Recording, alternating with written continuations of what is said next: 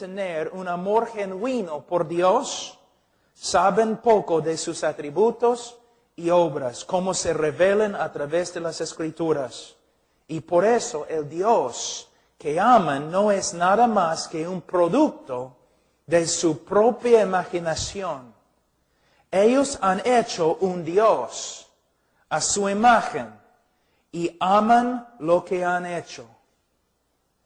Como Dios declara en Salmos 50, 21, pensabas que de cierto sería yo como tú, pero te reprenderé. Como dije,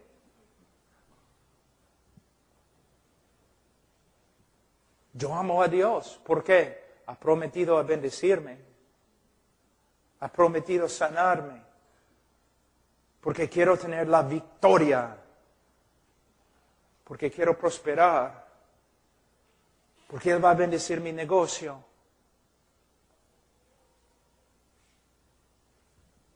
Mira, la teología correcta dice, Dios no tiene que bendecirme. Dios no tiene que sanarme. Dios no tiene que prosperarme. Porque ya Dios ha enviado a su Hijo y Él derramó su sangre por mí. Mira, en el día de hoy, no debemos tratar a Cristo como si fuera algo barato, sin valor. Los predicadores en el día de hoy dicen, ven a Cristo, Él va a arreglar tu matrimonio. Ven a Cristo, Él va a bendecirte. Ven a Cristo, Él va a darte paz. Mira, no tienes que decirme esas cosas. Yo quiero venir a Cristo porque derramó su sangre por mí. ¿Qué más necesito? Yo quiero venir a Cristo porque es digno. Yo te digo, arrepiéntete y cree y sirve al Señor con todo tu corazón, aunque no te salve, porque Él es digno. Aunque te manda al infierno, Él es digno de ser glorificado por ti. Es un poco diferente, ¿no? A todos los que vienen a Él con arrepentimiento y fe, Él salva. Pero lo que estoy diciendo, no debemos acercarnos a Él simplemente porque queremos que Él arregle algo en nuestra vida. Debemos acercarnos porque Él es digno. Debemos servirle porque es digno. Debemos amarle porque es digno. Y si es necesario, debemos morir porque Él es digno.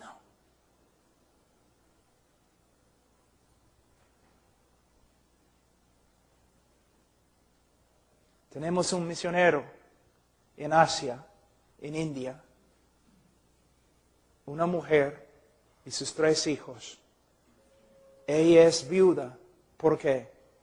Porque en el nombre de Dios fueron a un pueblo en India con su esposo y él predicaba el Evangelio. Y los hindúes se enojaron. Entonces un día le invitaron a tomar un té. Y pusieron ahí en su té veneno. Entonces, sabiendo que iba a morir, él trataba de regresar a su casa. Y cuando llegó a la puerta, murió. En el nombre de Cristo, dentro de la voluntad de Dios, y con su muerte glorificó a Dios. Y ahora su esposa está preparándose en uno de nuestros institutos. ¿Para qué? Para volver al mismo pueblo y morir si es necesario, para que la gente venga a conocer a Cristo. Y Benny Hinn dice que no puede predicar en un país a menos que ellos tengan un hotel de 5 estrellas. Profeta, lobo. Tiene un Dios, está acá.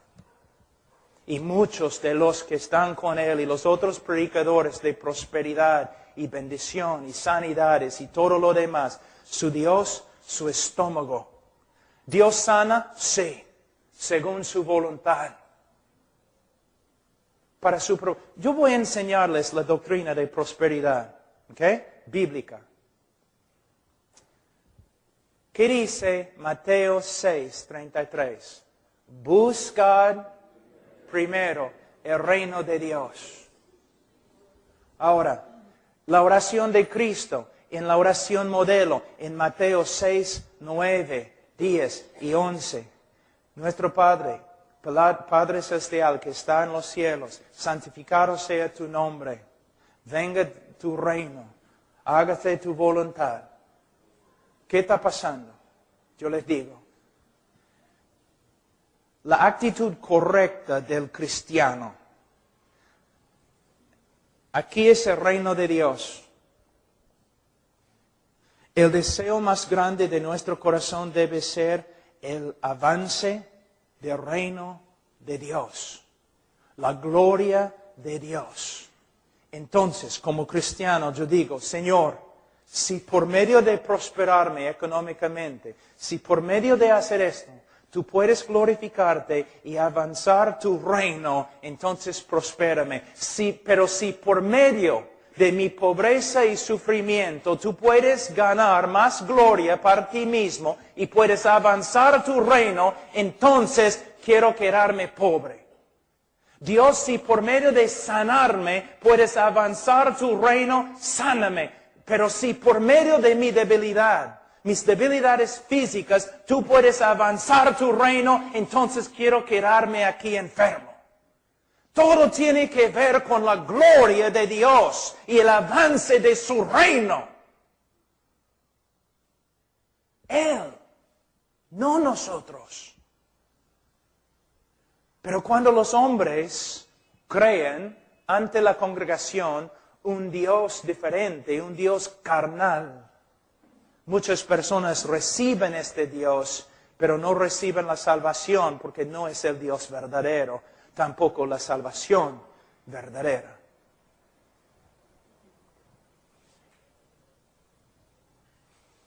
Ahora, si los hombres caídos que pretenden amar a Dios, los hombres caídos que dicen que aman a Dios, si investigaran las Escrituras, sin duda encontrarían a un Dios muy diferente que el objeto de sus afectos.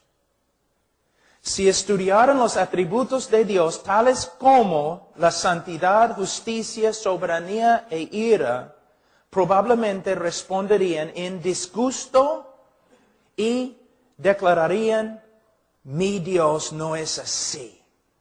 Yo nunca podría amar a un Dios como Él. Muchas veces, como dije anoche, pastores me han pedido, Pablo, ¿puedes venir a nuestra iglesia y enseñar sobre los atributos de Dios? Y yo siempre digo, bueno, es muy controversial. Pero dicen, ¿cómo puede ser controversial? Somos una iglesia cristiana, amamos a Dios. Tú vas a venir y vas a hablar de quién es Dios. Sí, pero cuando yo empiezo a hablar de la justicia de Dios, la santidad de Dios, la soberanía de Dios, la gloria de Dios, una parte de tu congregación se va a levantar y va a decir, mi Dios no es así, yo nunca podría amar a un Dios así. Simplemente, mira, yo puedo tomar cualquier de las teologías sistemáticas de hace 100 años y atrás y enseñar lo que ellos enseñan acerca de Dios en cualquier iglesia en los Estados Unidos y personas van a ofenderse.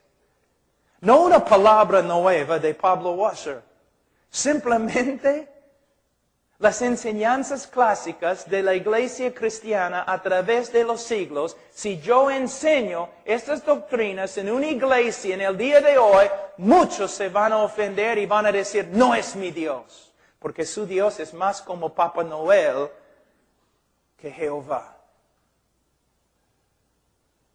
Más como un tío medio tonto y muy rico que Jehová. Un Dios que se puede manipular. No en las Escrituras. Rápidamente veríamos que cuando el hombre caído se enfrenta con el verdadero Dios de las Escrituras, su única reacción es aborrecimiento y hostilidad. Una vez yo estaba predicando sobre la cruz, enseñando que por causa de la justicia de Dios, Él tenía que derramar su ira sobre su Hijo y que Dios el Padre quebrantó a su Hijo en la cruz. Y la iglesia canceló la conferencia. Nuestro Dios nunca quebrantaría a su propio Hijo. Nunca derramaría su ira y enojo y furia y justicia sobre su propio Hijo. No, Cristo murió, los romanos lo mataron. Una de las doctrinas clásicas de la salvación ellos no podían aceptar porque para ellos era una ofensa. O decir, si tú vienes a Cristo, es muy posible, para santificarte, vas a sufrir bastante. Y es muy posible, Él va a pedir que tú dejes todas tus riquezas, toda tu prosperidad, y que te entregues al campo misionero, donde vas a morir como mártir. No, ese no. Yo quiero el otro Dios que me ame y tiene un plan maravilloso para mi vida. ¿Ves? ¿Cuántos peruanos están en las congregaciones donde solamente predican sanidad, prosperidad, bendición, victoria y tienen más que ver con cosas materiales que cosas espirituales? Ahora, ¿cuál es la razón detrás de esta reacción tan adversa? De nuevo, tiene que ver con lo que el hombre es en su corazón y en su misma naturaleza. Si el hombre fuera por naturaleza santo y justo, entonces fácilmente podría amar a un Dios santo y justo y gozosamente someterse a sus leyes. Pero el hombre es por naturaleza depravado y corrupto y por eso no puede. Vamos a terminar simplemente con Romanos 1:30.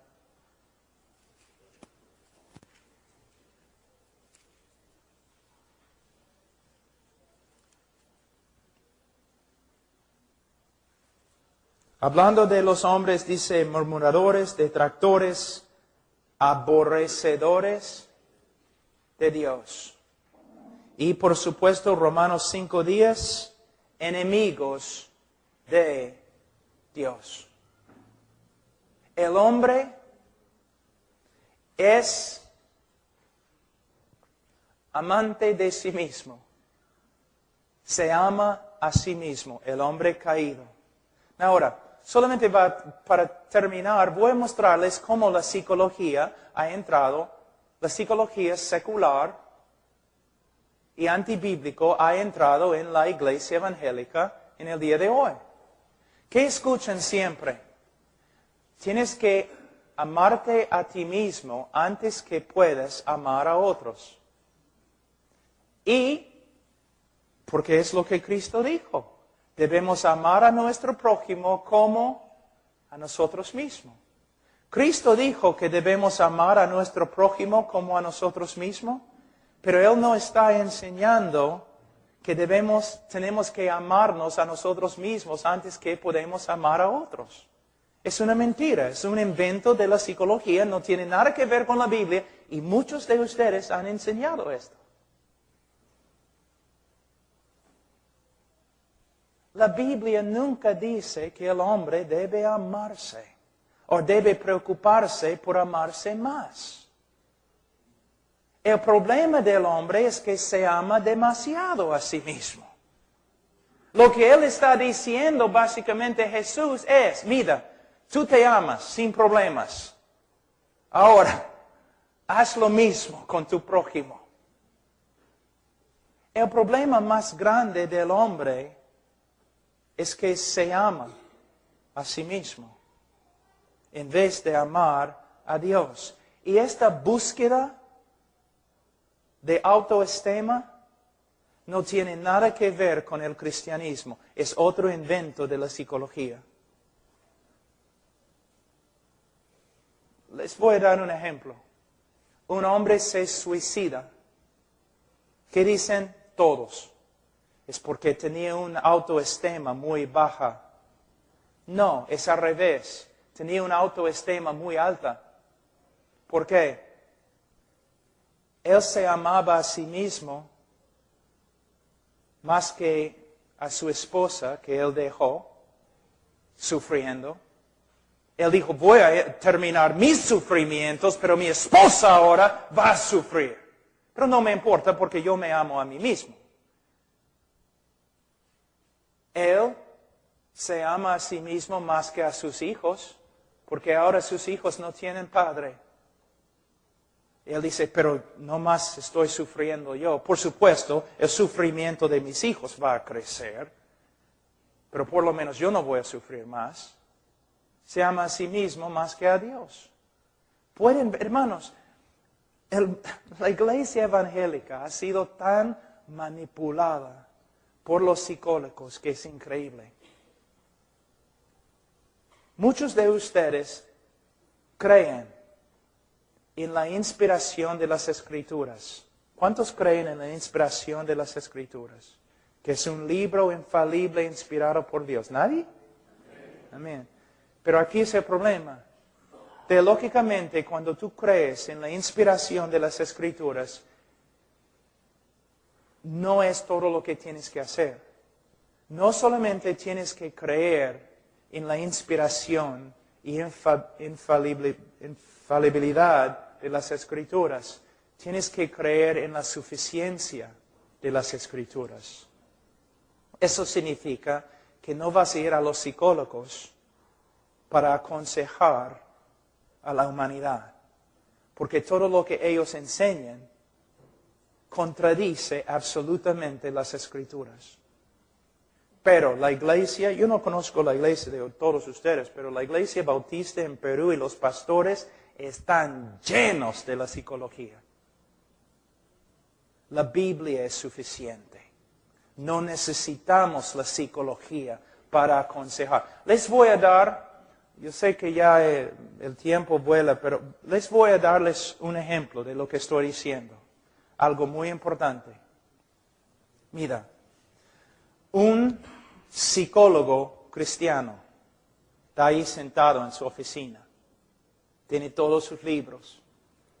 Todos sus libros de psicología y una Biblia porque es cristiano. Entonces, mayormente, ¿qué tiene? Él tiene Freud, Skinner y Rogers. Los grandes psicólogos, ¿ya? Hay un problema. Freud escribió su psicología declarando guerra contra el cristianismo. Él decía que todo el cristianismo era una mentira, él era ateo, y todo lo que él escribía declarando guerra contra la Biblia y el cristianismo, pero necesitamos a Freud, ¿no? Rogers y Skinner igual.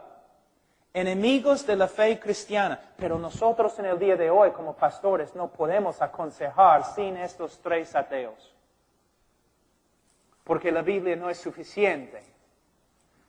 Hasta la revista Time, una de las revistas más importantes, salió, creo que era Time o Newsweek, salió con un artículo hace algunos años diciendo psicología, una ciencia o brujería. ¿Por qué? Las teorías más grandes de la psicología cambian totalmente cada 3 años. Una teoría diferente y contradictoria cada 3 años. Otra cosa, los tres grandes, Freud, Rogers, Skinner, se contradicen ellos. Por ejemplo, Freud dice que Skinner está loco. Skinner dice Freud es un loco. Rogers está en contra de los otros dos y los otros dos están en contra de Rogers. Y los tres son ateos que escribieron en contra de la Biblia. Entonces, tú vas a visitar al psicólogo cristiano y te sientes y él empieza a instruirte, a aconsejarte. Pero es una cuestión de autoridad. Autoridad. ¿Con qué autoridad? Y él empieza y tú dices, bueno, antes, ¿con qué autoridad vas a hablar? Bueno, la autoridad de la ciencia. Psicología es una ciencia social y no es una ciencia verdadera. Debes saber eso. Hay una diferencia entre la ciencia verdadera y psicología. Psicología se basa solamente en teorías que no se puede aprobar. La ciencia es completamente diferente. Entonces, mis consejos se basan en la psicología, la ciencia y la Biblia. Bueno, tengo una pregunta. Los tres grandes hombres que tienes se contradicen totalmente. Totalmente. Aún en su definición de lo que es un hombre se contradicen. Y los tres contradicen la Biblia. Entonces, ¿cómo vas a usar la Biblia y estos tres hombres para aconsejarme? Porque se contradicen totalmente. El psicólogo dice, bueno, yo voy a usar la verdad de la palabra de Dios y voy a usar la verdad que podemos encontrar dentro de los libros de estos hombres. Voy a escoger lo que es verdad y lo que no es verdad de esos tres hombres. Pero hay un problema. Ahora el psicólogo es la autoridad. Él va a determinar cuándo debe usar la Biblia, cuándo debe usar Freud, cuándo debe usar Skinner, cuándo debe usar Rogers. Entonces, este psicólogo, que tiene como 4 años en la universidad, él ahora va a ser la autoridad para aconsejarte. Rápido, vamos a 2 Timoteo 3.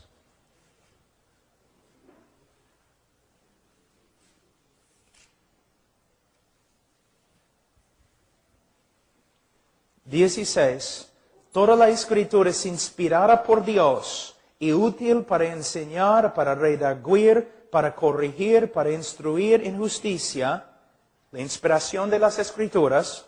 Y 17, a fin de que el hombre de Dios sea perfecto, enteramente preparado para toda buena obra. La suficiencia de las Escrituras.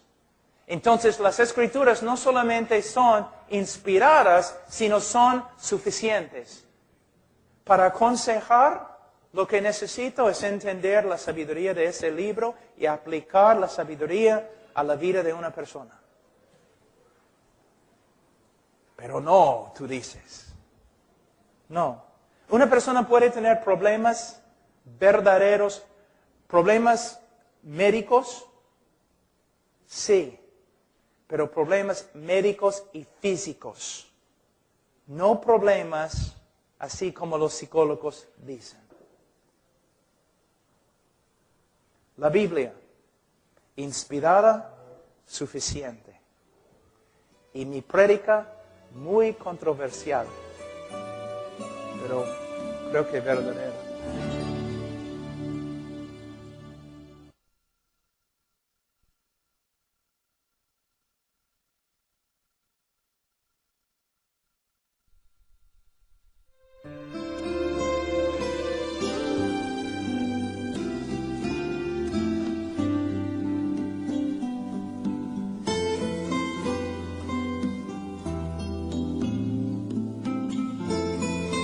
Vamos a estudiar ahora lo que se llama la muerte espiritual o la inhabilidad moral del hombre. Esta verdad es clave para entender la salvación y la obra que el Espíritu Santo tiene que realizar en la vida de un pecador para que se convierta. De nuevo, una vez que comprendemos la profundidad de la depravidad humana, una vez que comprendemos esta verdad, es fácil ver que la salvación no es meramente una decisión humana, sino una obra sobrenatural de Dios. Y no podemos lograr la conversión de un hombre por medio de la manipulación, no podemos convencerle usando medios carnales, no.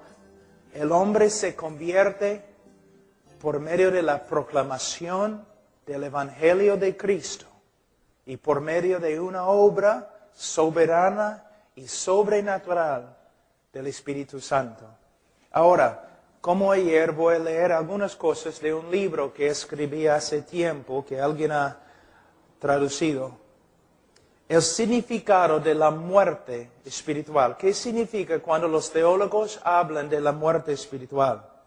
Primeramente, es una frase importante que se emplea por los teólogos para describir la profundidad de la corrupción moral del hombre. Es la muerte espiritual. Según las Escrituras, el juicio divino que cayó sobre Adán no solamente resultó en su muerte física, sino también en su muerte espiritual. Adán llegó a ser sensible a todo tipo de estímulo corrupto, humano y diabólico, pero insensible y hostil a la persona y voluntad de Dios. El pecado, hermanos, no es una enfermedad. El hombre no solamente es una criatura enferma. El hombre, según la Biblia, está muerto espiritualmente. Ahora, las Escrituras nos enseñan que este aspecto del juicio divino que cayó sobre Adán no se limita a él solo, sino que se extiende a toda la raza humana. Cada ser humano nace en este mundo en un estado mortal, vacío de vida espiritual e insensible a la persona y voluntad de Dios. Para que el hombre caído pueda responder a Dios con amor y obediencia, una resurrección espiritual tiene que tomar lugar a través de la obra sobrenatural de la gracia y poder de Dios. Les voy a dar una ilustración un poco graciosa, ¿no? Pero vale. Vamos a decir que tenemos un hombre muerto aquí en la plataforma conmigo.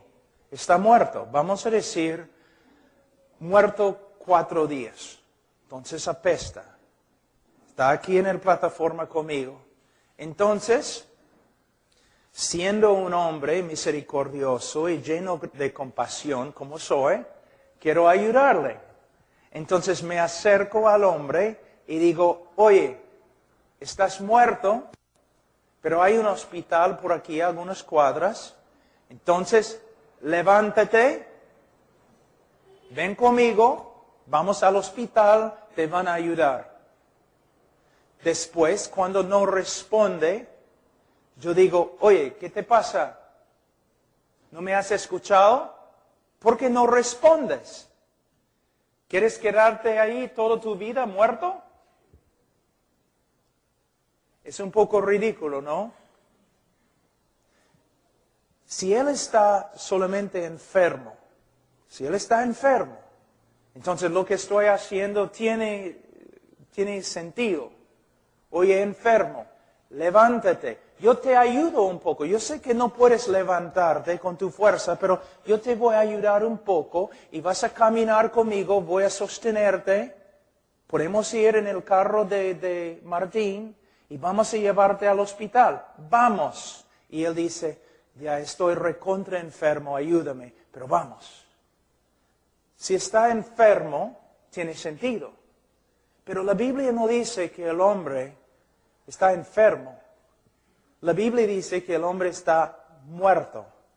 Y en el griego, la palabra griega significa muerto.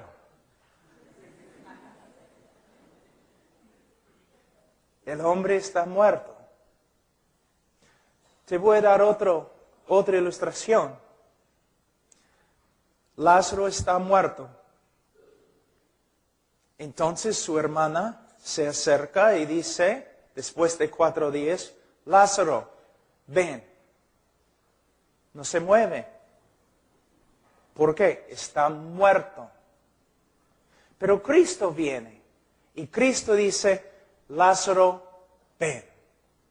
Levántate, Lázaro. ¿Y qué sucede? Se levanta. ¿Por qué? Porque hay un problema. Jesús está hablando a un hombre muerto y siendo muerto, él ni puede escuchar la voz de Jesús. ¿Te das cuenta? Está muerto. Entonces, cuando Cristo manda a Lázaro para que se levante, otras cosas tienen que suceder.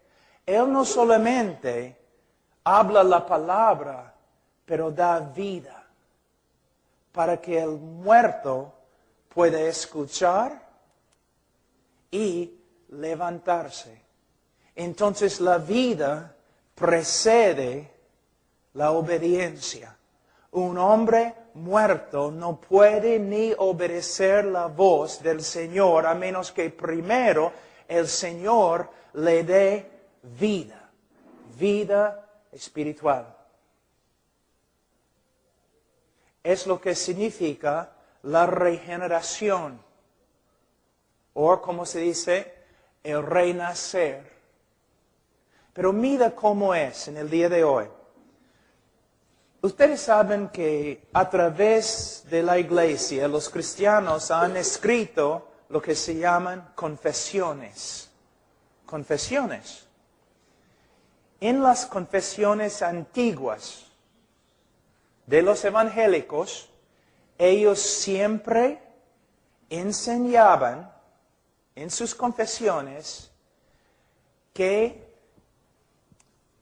la regeneración precede el arrepentimiento y fe.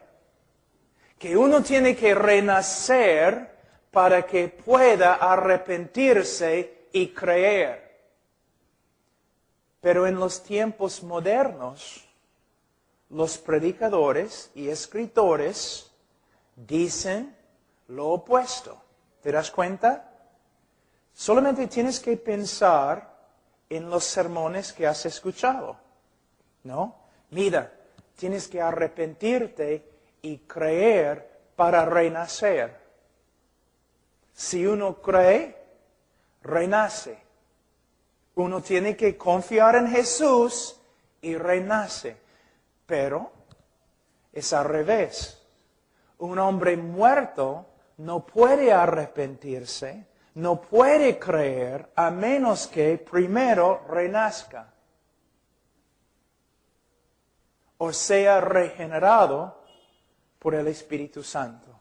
Es algo tan ridículo como yo diciendo a un hombre muerto, levántate, sígueme al hospital.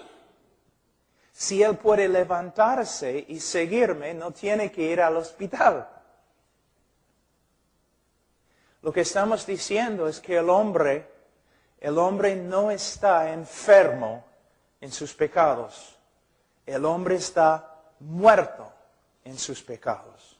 Y siendo muerto, insensible a la voz de Dios, Dios tiene que darle vida antes que pueda responder. Otro ejemplo. En el libro de Ezequiel, en el valle de los huesos secos. Piense un ratito. ¿Cuántos de ustedes conocen bien la historia, no? El profeta está ahí en un valle de huesos secos y el Señor le pregunta ¿qué? ¿Vivirán estos huesos secos? Ahora, el hermano Salvador es un buen Salvador Gómez es un buen predicador. Pero no creo que va a tener muchos conversos si vamos al cementerio esta tarde y él predica, ¿no? Creo que él puede estar ahí mucho tiempo y no va a tener muchos conversos, ¿no? Vamos a ver si es un predicador muy poderoso. Vamos a llevarlo al cementerio. De verdad, si se levantan y se convierten, va a ser un milagro. Es absolutamente ridículo, ¿no? Entonces Ezequiel está en el valle de los huesos. ¿Vivirán? ¿Qué dice Ezequiel? Tú lo sabes. ¿Qué está diciendo? Bueno, él no dice no, porque sería incredulidad. Él no dice sí, porque sería presunción. Él dice, tú lo sabes. Si tú quieres, Señor, vivirán. Entonces, vamos a decir, Ezequiel empieza a predicar a los huesos secos, los muertos. ¿Qué va a pasar si solamente él predica? Absolutamente nada. Pero el Señor le dice que debe profetizar al viento. ¿Que representa qué? El Espíritu Santo. ¿Y qué pasa? El Espíritu Santo viene y da vida a los huesos. Y los huesos se convierten en un hombre, en un ejército de hombres que sí pueden responder a la palabra de Dios. Algo interesante, ¿no?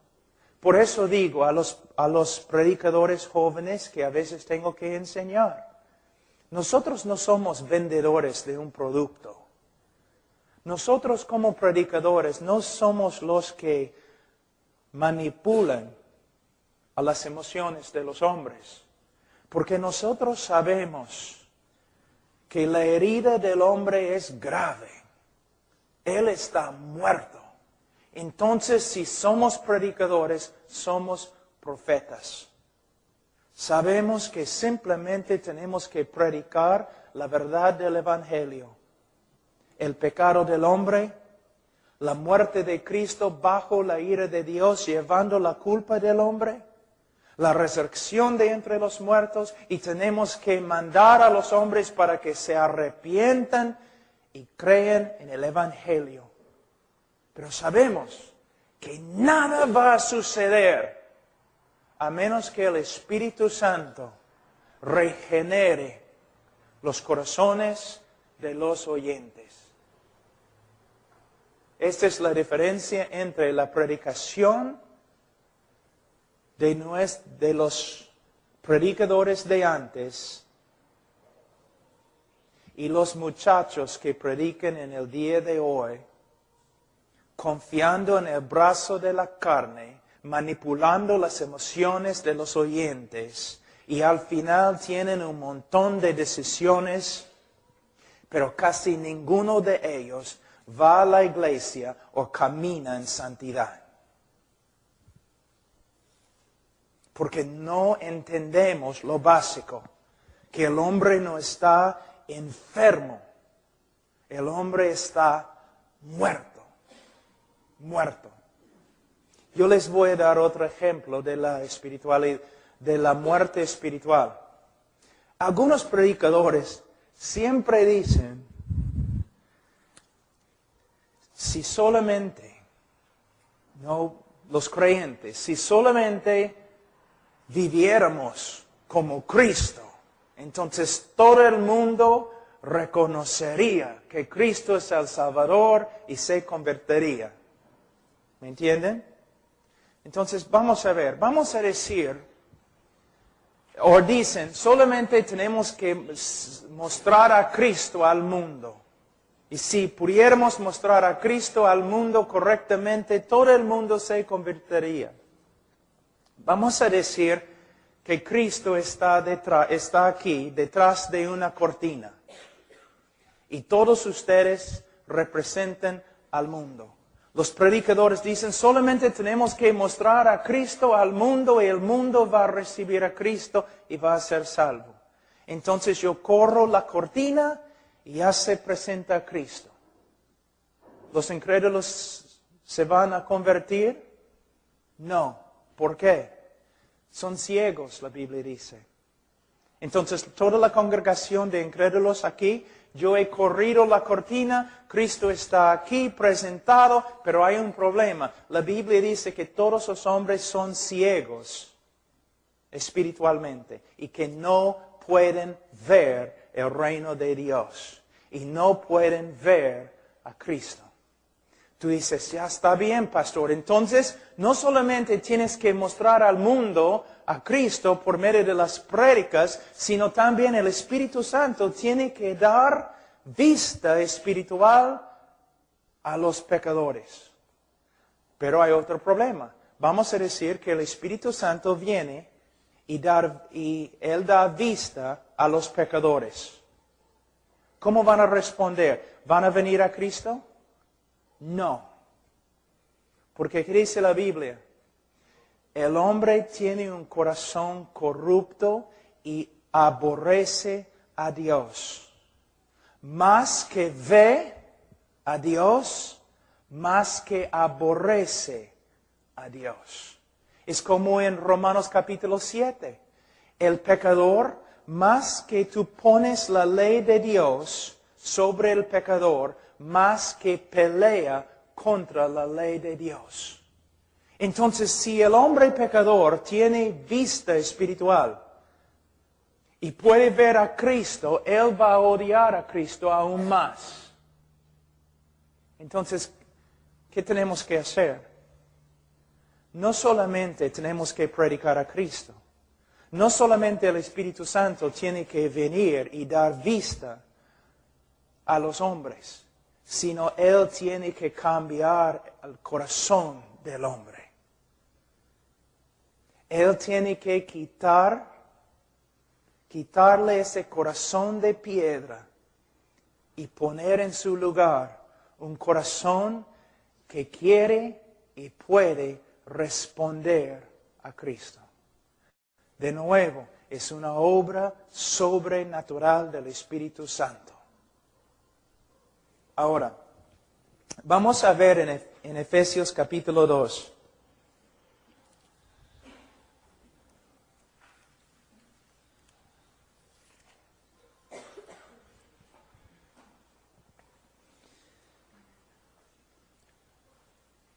Versículo 1, y Él os dio vida a vosotros cuando estabais muertos en vuestros delitos y pecados. No dice aquí que un hombre muerto en sus delitos y pecados puede arrepentirse y creer. No, dice que primeramente tiene que recibir vida espiritual de Dios. De nuevo, la obra regeneradora del Espíritu Santo. Antes de su conversión, cada persona está muerta espiritualmente. Las Escrituras ven esta muerte espiritual como el resultado de nuestros pecados. El pecado que nos fue imputado en Adán y el pecado que nosotros mismos practicamos. Hasta los niños nacen muertos. No inocentes, muertos.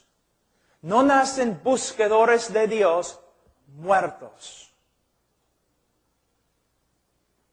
Un cadáver espiritual.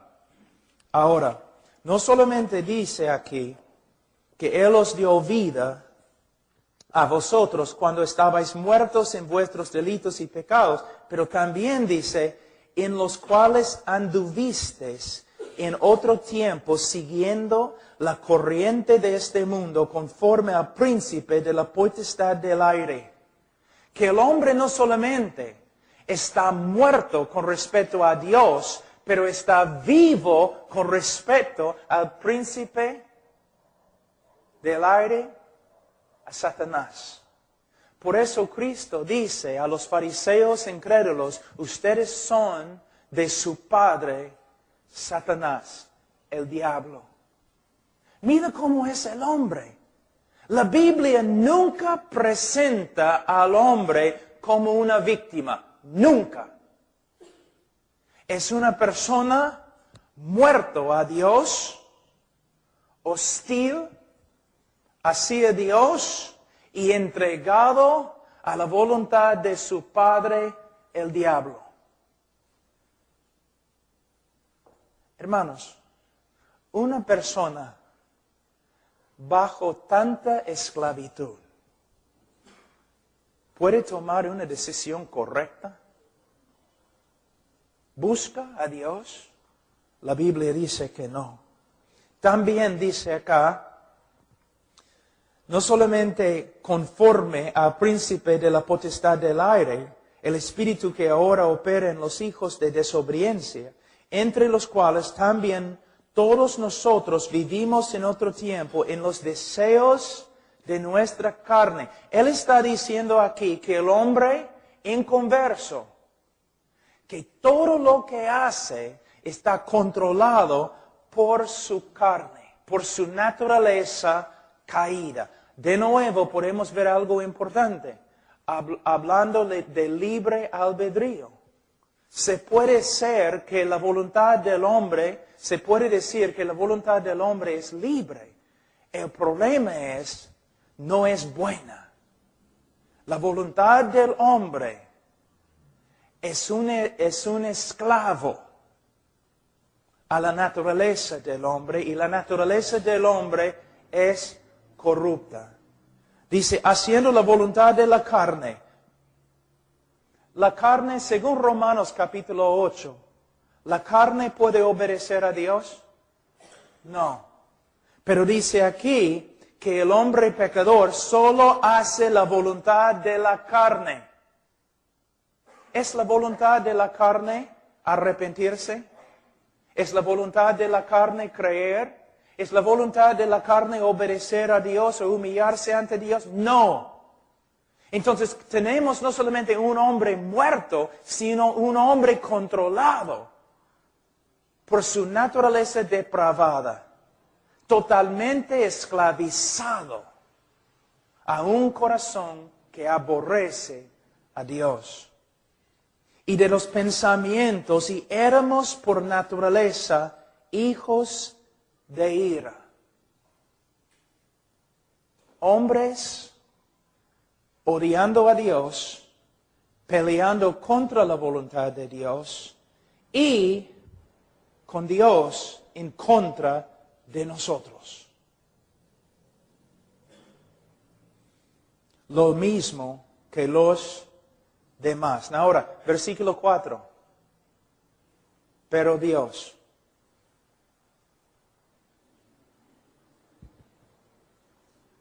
Quizás las dos palabras más importantes en la Biblia. Mira, Lázaro, muerto, sin esperanza. ¿Estaba muerto o no? Muerto. ¿Tenía esperanza? Ninguna. Estaba apestando, pudriéndose. Pero Jesús. La única diferencia entre Lázaro y los demás muertos que estaban por ahí, pero Jesús.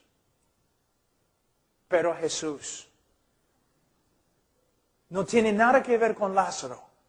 100% Jesús. De la misma forma, tenemos aquí un hombre muerto, esclavo a su propia corrupción, esclavo del diablo, sirviendo los deseos de la carne. No hay ninguna esperanza. Y versículo 4, pero Dios. ¿Cuántas veces yo he escuchado a los pastores diciendo en sus prédicas evangelísticas, tú tienes que tomar el primer paso y Dios va a tomar los demás pasos? ¿Está bien, Martín, en español? ¿No? Tú tienes que tomar el primer paso y Dios va a correr hacia ti, para salvarte, pero tú tienes que tomar el primer paso. ¿Ok? Vamos. Jesús se acerca a la tumba de Lázaro. Lázaro, tú tienes que tomar el primer paso. El hombre muerto. Tú tienes que levantarte de allí, vamos a meterte en el carro de Martín. No. Lázaro, no hay esperanza. Pero Jesús, tú, vamos a hablar de ti. ¿Cómo eras antes? Aborrecedor de Dios. Totalmente corrupto, entregado a los deseos de tu carne, peleando contra todo el conocimiento de Dios que Él ha revelado.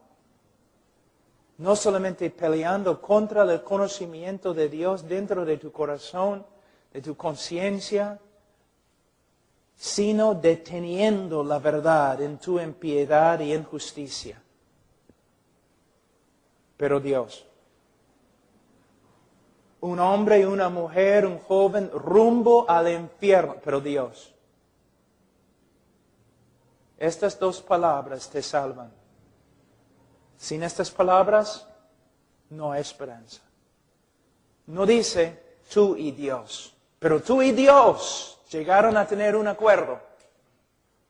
Tú y Dios trabajaron juntos. Tú tomaste el primer paso y Dios hizo todo el resto. Dice, pero Dios, muerto. Ahora, voy a darles algunas ilustraciones, algunos comentarios de las Escrituras de cuán muerto es el hombre. En 1 Timoteo 5:6, los hombres caídos están muertos espiritualmente, aunque están vivos físicamente. Y podemos ver esto, solamente hoy día podemos salir a la calle, vemos un montón de personas con vida, físicamente tienen vida, pero con respecto a Dios no tienen nada que ver con Dios. Nada. No piensan en Dios, no tienen conocimiento correcto con respecto a la persona de Dios y no les importa. No buscan a Dios, nada. Están muertos, aunque vivan. Están muertos. También Apocalipsis 3:1, los hombres caídos tienen nombre de que viven, pero están muertos. Antes de su conversión, un hombre puede parecer muy religioso y aún temeroso de Dios, pero todas sus obras son externas y motivadas por egocentrismo. En su corazón no ama a Dios o busca su gloria. La Biblia dice en Ezequiel 11:19, los hombres caídos tienen corazón de piedra. En la conversión, Él nos quita el corazón de piedra y pone en su lugar un corazón de carne. Yo sé que por lo general la palabra carne no es una buena palabra en las Escrituras, pero hay que interpretar cada palabra conforme a su contexto. ¿Y qué está diciendo? Bueno, vamos a decir que tenemos una estatua acá, ¿no? Una estatua de piedra. Yo puedo patear, pellizcar, pegar la estatua, ¿y cómo va a responder? No va a responder, es piedra. Pero no importa cuán grande sea el hombre, si yo le pateo, o yo le pego, o pellizco, él va a responder. ¿Por qué? No es piedra, es carne.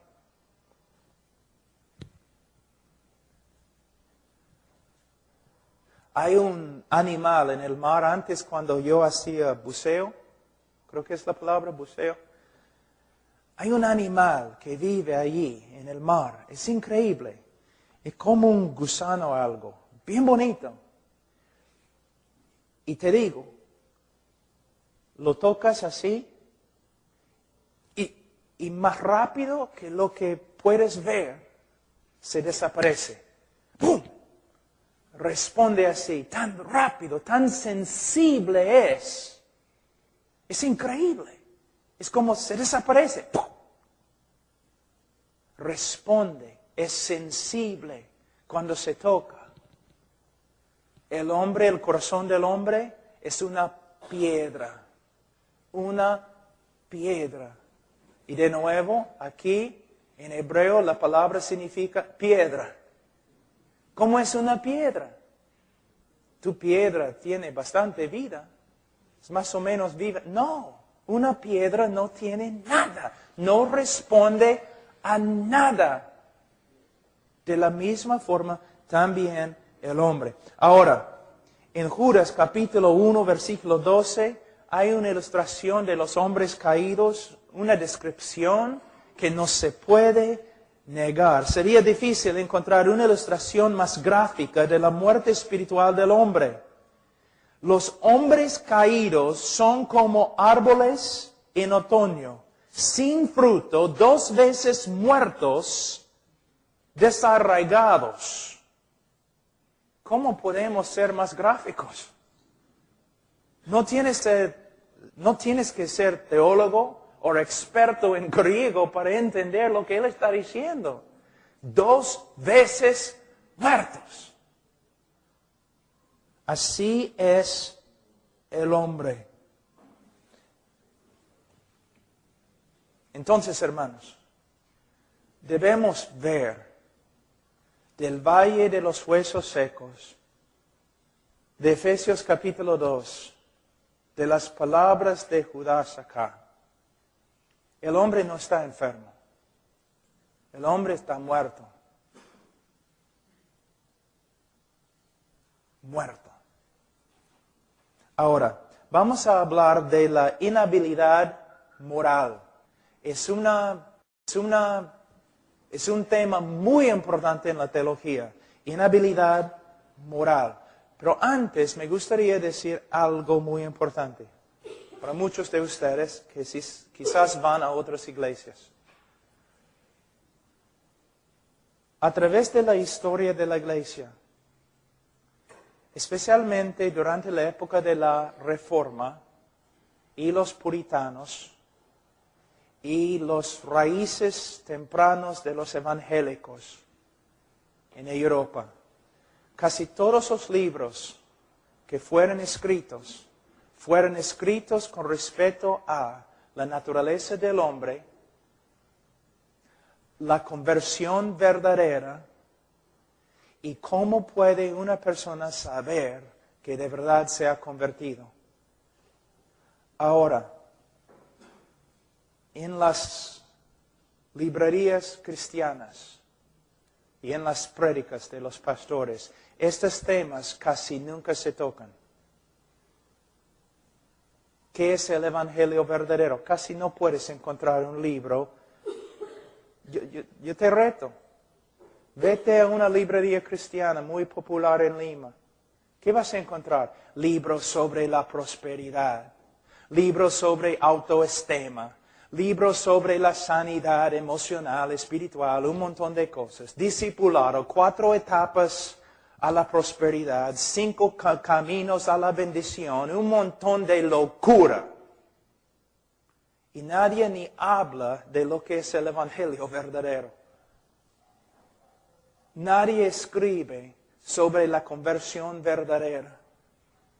Pocas personas predican acerca de cómo puede una persona saber bíblicamente que es cristiana. Mira lo que hemos hecho. Nos hemos extraviado completamente de la historia del cristianismo. Tú vas a las campañas grandes, ¿no?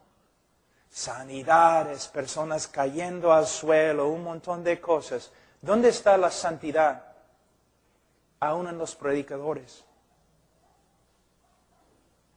¿Dónde está conformidad a Cristo? ¿Dónde están las enseñanzas acerca de cómo un hombre debe entregarse a sí mismo, a su esposa, como Cristo se entregó a sí mismo a la iglesia?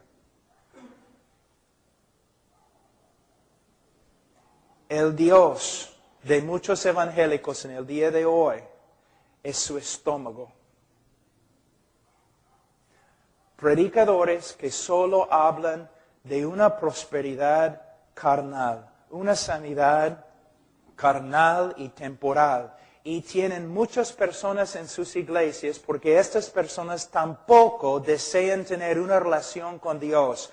Quieren tener lo que esos maestros prometen. Es verdad. Pero lo que necesitas es la doctrina de la iglesia cristiana, la doctrina histórica que los creyentes siempre han creído.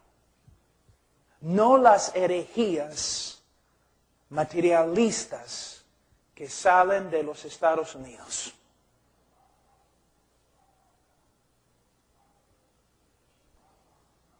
Santidad, amor, humildad, el deseo de ser siervo de todos. Reconociendo que no hay maestro entre nosotros, no hay jefe o líder, no hay un ungido especial entre nosotros, somos hermanos. Una comunidad de personas que se han convertido en niños para la salvación de su alma. Que se sirven el uno al otro, haciendo grandes sacrificios en el nombre del amor de Cristo. Caminando en santidad para que el hogar se arregle y sea un lugar de bendición y paz. Matrimonios sanados, el esposo sirviendo a su esposa, la esposa sirviendo y honrando a su esposo. Los niños creciendo, sabiendo, conociendo la palabra de Dios, memorizando las Escrituras, aprendiendo cómo honrar a Dios por medio de honrar a sus padres. No, mayormente en el día de hoy solamente tenemos un circo evangélico. Pero si queremos ver cambios, tenemos que simplemente volver a las Escrituras. Y interpretar las Escrituras por medio de la gramática en vez de interpretar las Escrituras a través de nuestro estómago o a través de las visiones que los líderes tienen.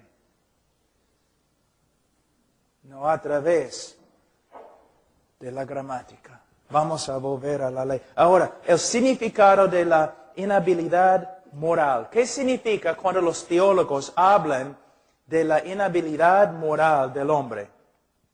La inhabilidad moral es otro término que comúnmente se emplea por los estudiantes de las Escrituras para describir la extensión de la corrupción moral o depravidad radical del hombre. Esta doctrina nos enseña que el hombre caído no es capaz de amar, obedecer o agradar a Dios. No es capaz, no puede. Al escuchar la doctrina de la inhabilidad moral, uno quizás preguntará, ¿cómo puede el hombre ser responsable ante Dios si no puede o no es capaz de obedecer los mandamientos de Dios? No hablamos un poquito anoche acerca de este tema. Muchos dicen, bueno, si el hombre no es capaz de amar a Dios o obedecer a Dios, ¿cómo puede Dios juzgar al hombre? Vamos a ver. La respuesta es muy importante. Si el hombre no amara ni obedeciera a Dios porque le faltaran las necesarias facultades mentales para hacerlo o fuera incapaz físicamente, entonces sería injusto que Dios le juzgara. Él sería una víctima. Pero este no es el caso. La inhabilidad del hombre es moral y brota de su hostilidad hacia Dios. El hombre es incapaz de amar a Dios porque aborrece a Dios. Él es incapaz de obedecer a Dios porque desdeña sus mandamientos. Él es incapaz de agradar a Dios porque no considera la gloria y beneplácito de Dios que sean una meta digna. El hombre no es una víctima, sino culpable. Él no puede porque él no quiere. Su corrupción y enemistad hacia Dios son tan grandes que preferiría sufrir la perdición eterna que reconocer a Dios como Dios y someterse a su soberanía. Así es el hombre. Por esta razón, la inhabilidad moral también puede ser llamada la hostilidad voluntaria. Un ejemplo excelente se encuentra, como dije anoche, en Génesis 37:4. Vamos un ratito allí. Génesis 37:4. De nuevo vamos a ver la relación directa que existe entre la voluntad del hombre y la naturaleza del hombre. Y vamos a ver la razón por la cual la voluntad del hombre es esclava a la naturaleza. Génesis 37:4. Y viendo sus hermanos de José que su padre lo amaba más que a todos sus hermanos, le aborrecían y no podían hablarle pacíficamente. Ahora, los hermanos de José no podían hablarle pacíficamente. No porque les faltara la habilidad de hablar, no eran mudos, sino porque su aborrecimiento hacia José era tan grande que no tenían la buena voluntad de hablarle pacíficamente. De la misma manera, la hostilidad del hombre caído hacia Dios es tan grande que rehúsa someterse a Él. Es como, dije anoche, no una mujer no avanzada en años, una vieja, ¿no? Que hace 25 años no habla con su esposo. Y el pastor, ¿no?, la visita y dice, mujer, mira, pero tienes que hablarle, tienes que perdonarle. Y ella dice, no puedo, simplemente no puedo. Él es peruano, ella es peruana. Él habla español, ella habla español. Ella tiene lengua, tiene labios, cerebro, pero ella dice que no puede. Y demuestra que no puede. 25 años sin hablar con su esposo.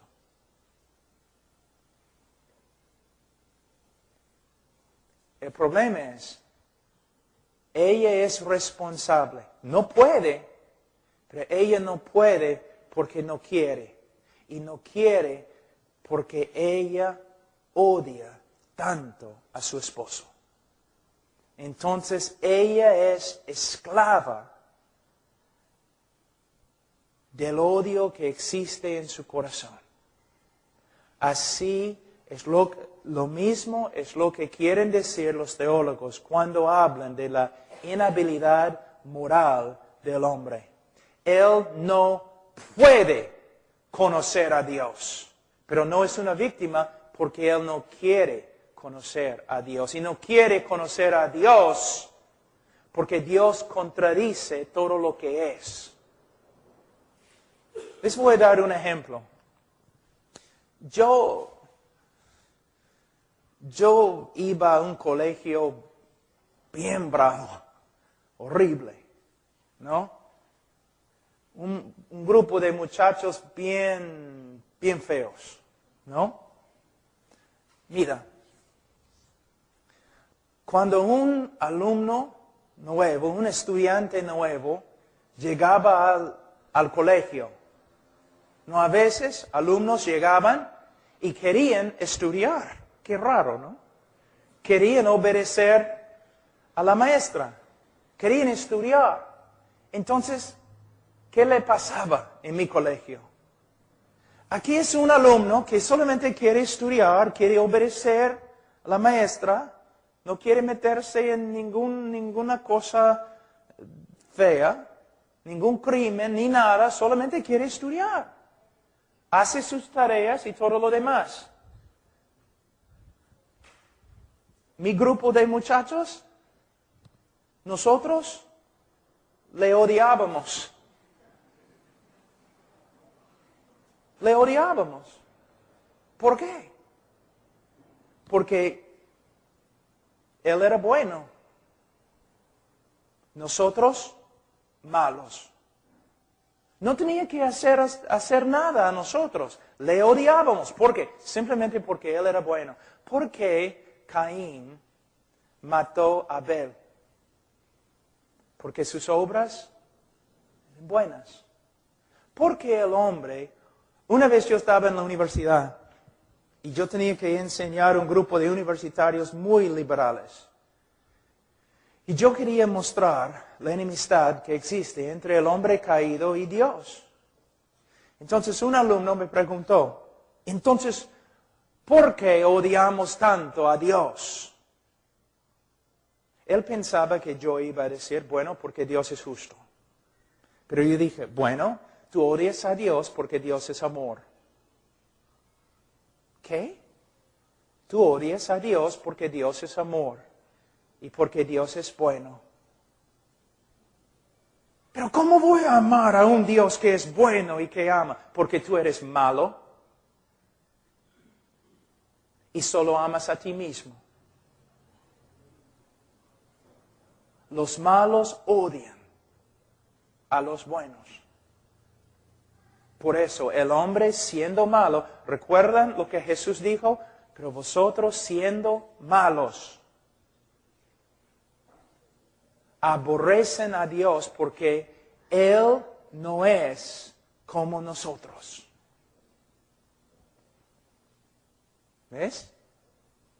Entonces podemos ver lo mismo acá, que los hermanos de José no podían hablarle pacíficamente. ¿Por qué? Porque le aborrecían. Ahora, vamos a hablar un ratito de la esclavitud de la voluntad. Es muy importante. Si pueden, hay un libro ahí atrás de desarrollo cristiano que tiene el título de La voluntad determinada, creo.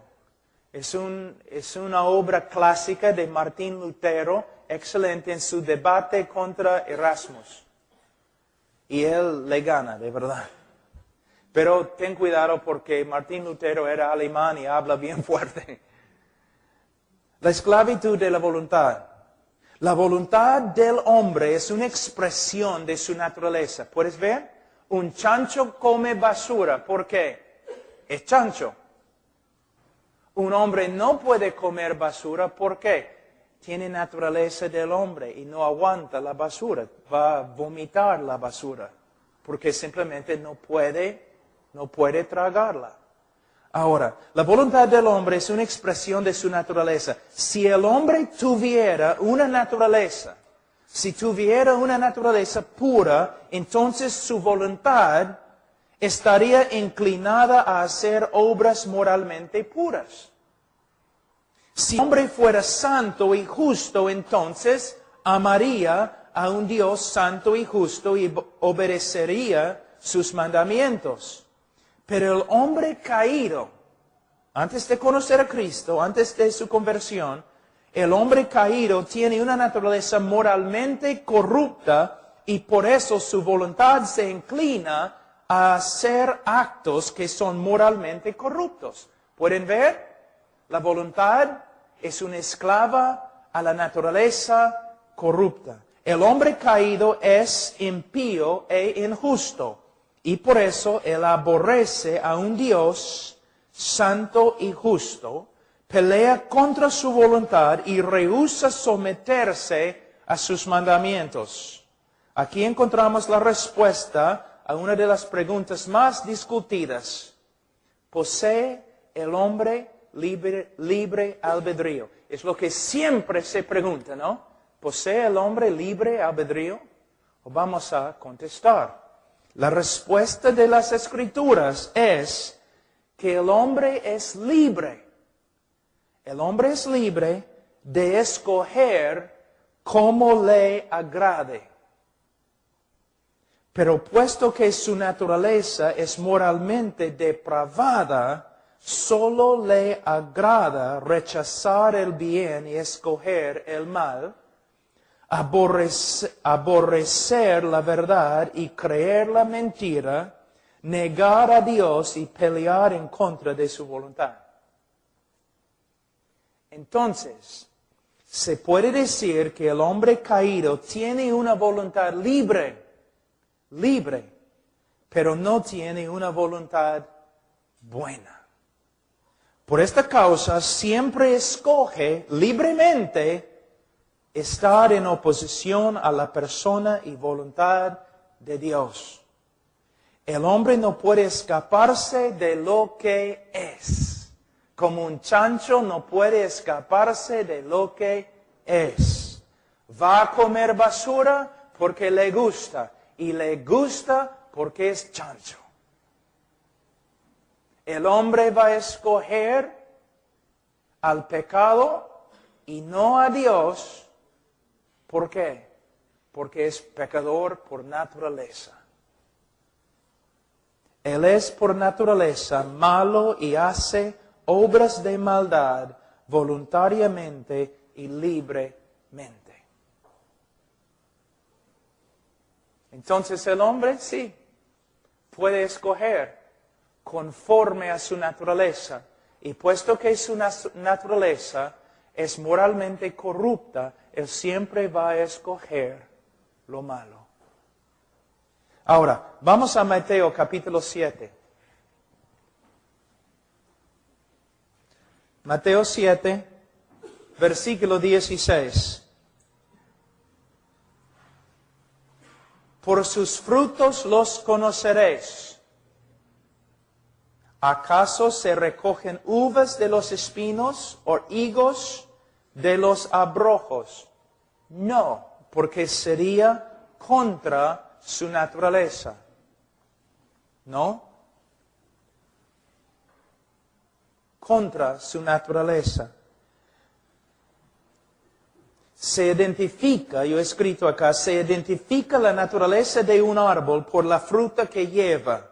De la misma manera, la verdadera naturaleza o carácter de un hombre se revela por lo que, no por lo que confiesa, sino por lo que hace. Si la naturaleza del hombre es mala, depravada, entonces sus obras también serán malas. Versículo 17 a 18. Así, todo buen árbol da buen frutos, pero el árbol malo da frutos malos. No puede el buen árbol dar malos frutos, ni el árbol malo dar frutos buenos. Todo árbol que no da buen fruto es cortado y echado en el fuego. Nota, hay una relación directa e innegable entre la naturaleza de un árbol y la fruta que lleva. Se puede decir lo mismo de la naturaleza de un hombre y sus obras. Una naturaleza corrupta solo puede producir obras corruptas. Ahora, vamos a Mateo 12, 34.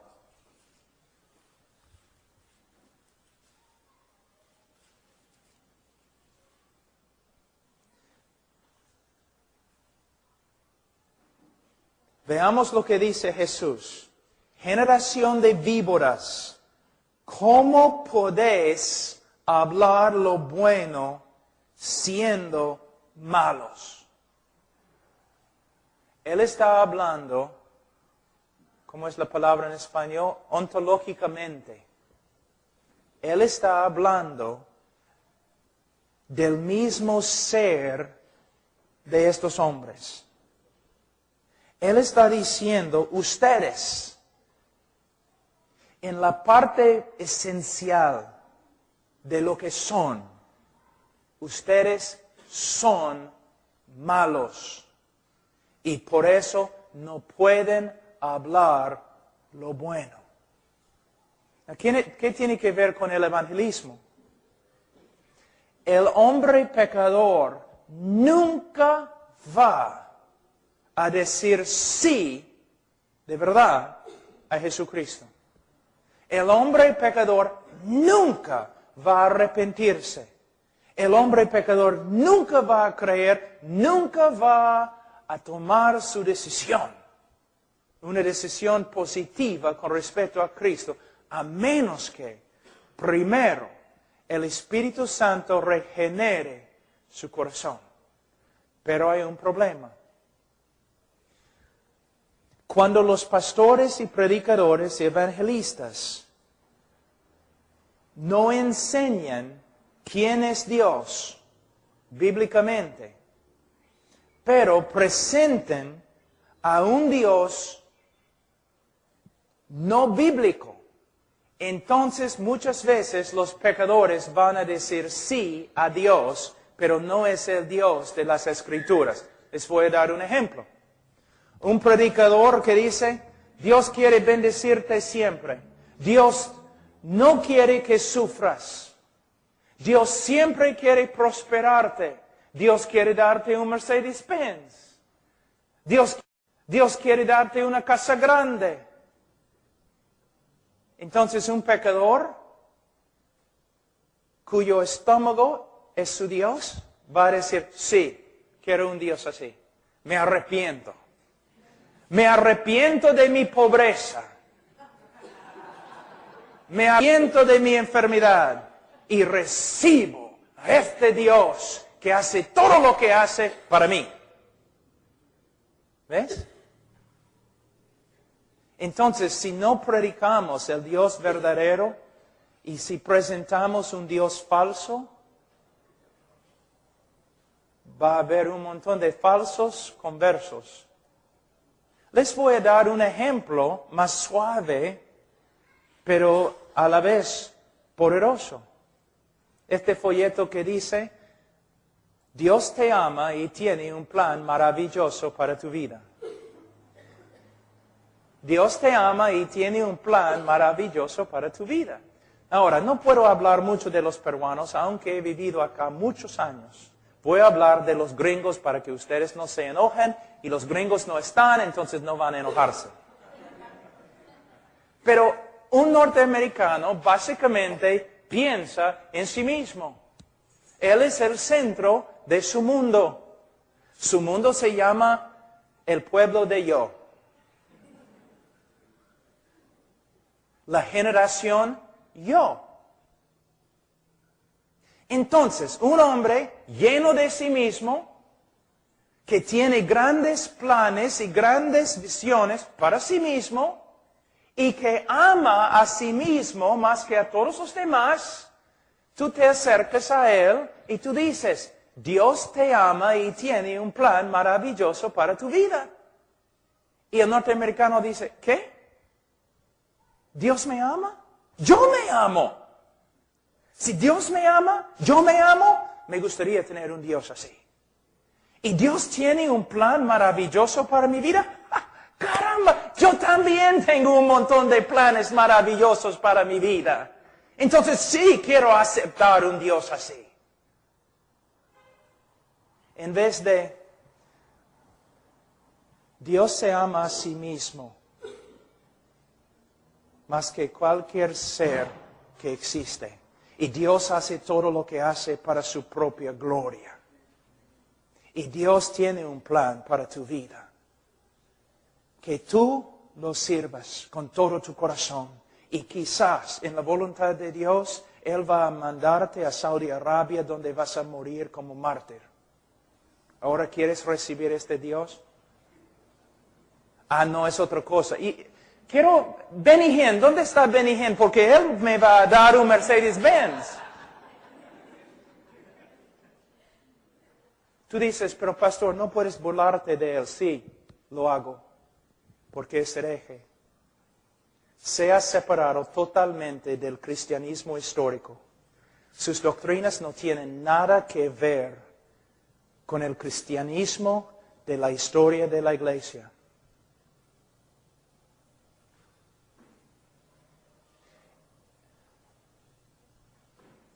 Los hombres que predican la prosperidad es interesante. Mayormente ellos son los únicos que prosperan. Son lobos rapaces que comen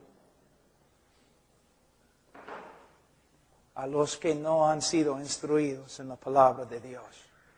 Y también, hombres como Benny Hinn son el juicio de Dios contra los que se congregan no porque aman a Dios, sino porque quieren prosperar.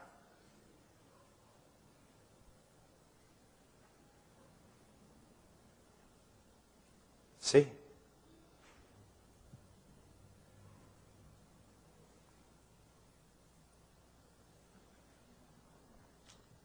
Bueno, vamos a ver algo muy importante, terminar. El hombre caído no puede amar a Dios. El hombre caído no puede amar a Dios.